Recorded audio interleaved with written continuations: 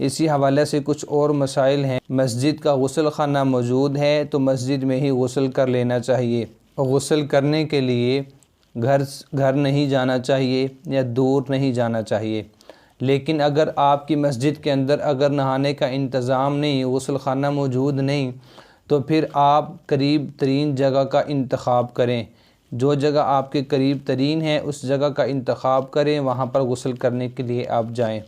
اور بالکل خواتین کے لیے بھی یہی مسئلہ ہے کہ خواتین گھر پر بیٹھی ہوئیں، خواتین کو بھی یہی چاہیے کہ جس مقام پر، جس جگہ پر، جس کونے پر وہ اعتکاف میں بیٹھی ہوئی ہیں، اس جگہ کے قریب ترین جو غسل خانہ ہے اس کو ہی استعمال کریں، دور نہیں جانا چاہیے۔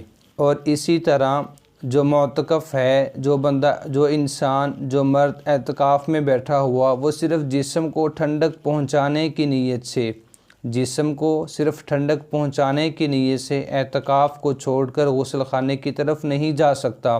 اس بندے کے لیے بالکل بھی جائز نہیں کہ اپنے اعتکاف والی جگہ کو چھوڑ کر صرف جسم کو ٹھنڈا کرنے کے لیے، نہانے کے لیے چلا جائے۔ اس میں ایک گنجائش موجود ہے کہ اگر وہ بندہ جو اعتکاف بیٹھا ہے اب وہ نہانا چاہتا ہے کسی بھی وجہ سے، تو اس کے لیے یہ ضروری ہے کہ وہ صرف غسل کی نیت کر کے، صرف نہانے کی نیت کر کے مسجد سے باہر نہ نکلے۔ جب وہ قضائے حاجت کے لیے جائے، واش روم کے لیے جائے، واش روم کی نیت سے جائے، تو واش روم سے فارغ ہو کر جلدی سے غسل خانہ میں جائے اور وہاں پر غسل کر سکتا ہے، جلدی سے نہا کر آ سکتا ہے۔ وہاں پر بھی زیادہ وقت نہیں لگانا، اتنی دیر میں وہ بندہ وہاں پر نہا لے کہ جتنی دیر میں وضو کر لیا جاتا ہے۔ زیادہ دیر رکنا بالکل بھی درست نہیں ہے۔ وضو کرنے کے لیے جو انسان اعتکاف میں بیٹھا ہوا وہ مسجد سے باہر بھی جا سکتا ہے۔ اگر مسجد کے اندر وضو خانہ موجود نہیں، وضو کرنے کی جگہ موجود نہیں، تو پھر یہ بندہ وضو کرنے کے لیے مسجد سے باہر جا سکتا ہے۔ مسجد سے باہر کس مقام پر جانا چاہیے؟ اب مسجد سے باہر جب یہ بندہ جائے تو اس کو چاہیے کہ جو قریب ترین جگہ ہے اسی کا انتخاب کرے، زیادہ دور نہیں جانا چاہیے۔ ایک اور چیز ہے کہ جب اس نے وضو کی نیت سے اعتکاف والی جگہ کو چھوڑنا ہو، مسجد کو چھوڑ کر باہر جانا ہو، تو اس بندے کو ایک احتیاط کرنا چاہیے، وہ یہ کہ سنت کو ادا کرنے کے لیے، فرائض کو ادا کرنے کے لیے، قرآن کریم کی تلاوت کو کرنے کے لیے، سجدہ تلاوت کرنے کے لیے، یہ 4 چیزیں اگر ہوں تو وضو کرنے کی نیت سے وہ باہر جا سکتا ہے۔ اگر صرف ذکر و اذکار کرنے کے لیے، درود پاک پڑھنے کے لیے وضو کرنا چاہتا ہے تو یہ درست نہیں۔ اگر درود پاک پڑھنا ہے، ذکر و اذکار کرنا ہے تو اس بندے کو چاہیے ویسے ہی بیٹھ کر ذکر کر لے، کیونکہ ذکر کرنے کے لیے، درود پاک پڑھنے کے لیے وضو شرط نہیں ہے۔ اس وجہ سے اس چیز کا بھی خیال کرنا چاہیے۔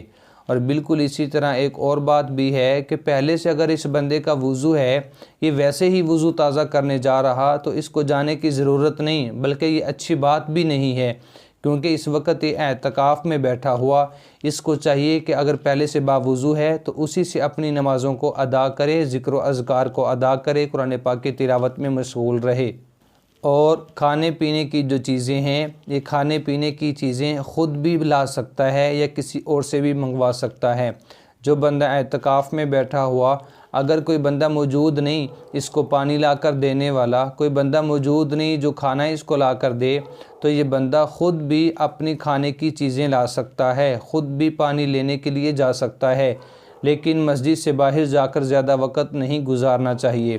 اور اسی طرح اگر آپ نے کسی کے ذمہ لگایا ہوا کہ بھائی تم نے مجھے کھانا پہنچانا ہے، پانی پہنچانا ہے، اگر وہ بندہ کھانا لانا بھول گیا، کسی بھی وجہ سے اگر وہ بندہ بھول جاتا ہے، آپ کا کھانا نہیں لے کر آتا، تو اب آپ خود کھانا لانے کے لیے جا سکتے ہیں، لیکن زیادہ وقت مسجد سے باہر نہیں نکالنا چاہیے۔ اسی حوالے سے 1-2 سوالات اور بھی ہیں، ان میں سے جو سب سے پہلا ہے وہ یہ ہے کہ نماز جمعہ پڑھنے کے لیے ہم کسی بڑی مسجد میں جا سکتے ہیں؟ تو اس کا جواب یہ ہے، سب سے پہلے تو ہمیں انتخاب اس مسجد کا کرنا چاہیے اعتکاف بیٹھنے کے لیے جہاں پر نماز جمعہ ادا کی جاتی ہو۔ لیکن اگر آپ کسی چھوٹی مسجد میں اعتکاف بیٹھ بھی گئے اور جمعہ وہاں پر ادا نہیں کیا جاتا، تو آپ نماز جمعہ کو ادا کرنے کے لیے کسی بڑی اپنی جامع مسجد میں جا سکتے ہیں۔ اس چیز سے آپ کے روزے اور آپ کے اعتکاف دونوں پر بالکل کوئی فرق نہ آئے گا۔ اور جو انسان اعتکاف میں بیٹھا ہوا اس کو ایک چیز کا خیال رکھنا چاہیے کہ جب کسی دوسری مسجد میں نماز جمعہ ادا کرنے کے لیے جانا ہو، اب اس کو چاہیے کہ یہ زیادہ وقت پہلے نہ جائے۔ اس بندے کو یہ چاہیے کہ زیادہ وقت پہلے نہ جائے، اس کو اپنی اس مسجد سے اس وقت نکلنا چاہیے کہ یہ اندازہ لگا سکے کہ جہاں پر جمعہ پڑھنے کے لیے جا رہا ہوں وہاں پہنچ کر میں 4 رکعت سنت ادا کروں گا، اس کے بعد عربی خطبہ شروع ہو جائے گا۔ لیکن اگر وہاں پر یہ پہلے پہنچ جاتا ہے یا نماز جمعہ کو ادا کرنے کے بعد بقیہ نماز وہاں پہ ادا کر لیتا ہے تو ان چیزوں سے اس کے اعتکاف پر کوئی اثر نہ پڑے گا، اس کا اعتکاف اور روزہ دونوں برقرار رہیں گے۔ اور یہ بندہ جو مسجد میں اعتکاف میں بیٹھا ہوا ہے، اگر یہ اذان دے تب بھی کوئی مسئلہ نہیں، یہ اذان دے سکتا ہے، مسجد کی لائٹیں، مسجد کے پنکھے ان کا خیال کر سکتا ہے، آن کر سکتا ہے، آف کر سکتا ہے۔